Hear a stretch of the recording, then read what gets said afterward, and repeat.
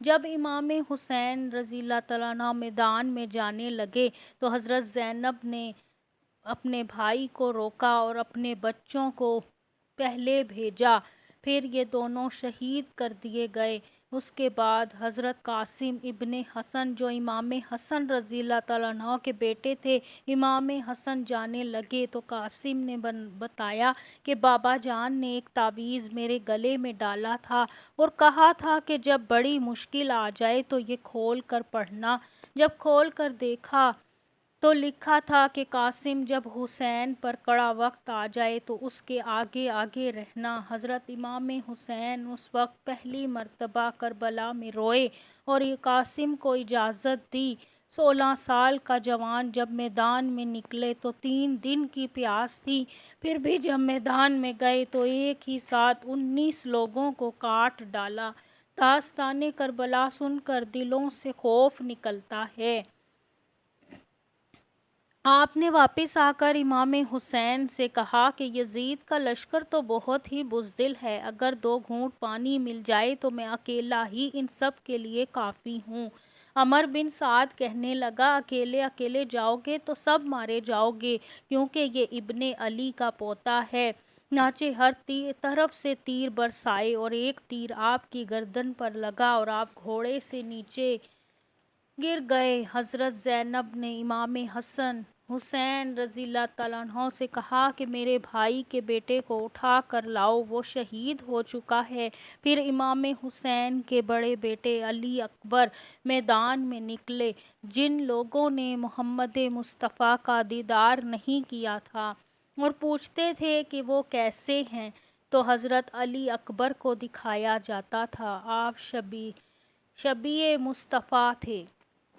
بڑے لوگ مارے اور ایک تیر آپ کے گلے میں لگا تو جب جناب علی اکبر کے گلے سے تیر کھینچا تو اس وقت امام حسین کہتے ہیں کہ کاش حضرت ابراہیم علیہ السلام زندہ ہوتے تو میں دیکھتا کہ آپ نے تو ذبح کے وقت پٹی باندھی اور میں کھلی آنکھوں سے اپنے لخت جگر ذبح کروا رہا ہوں۔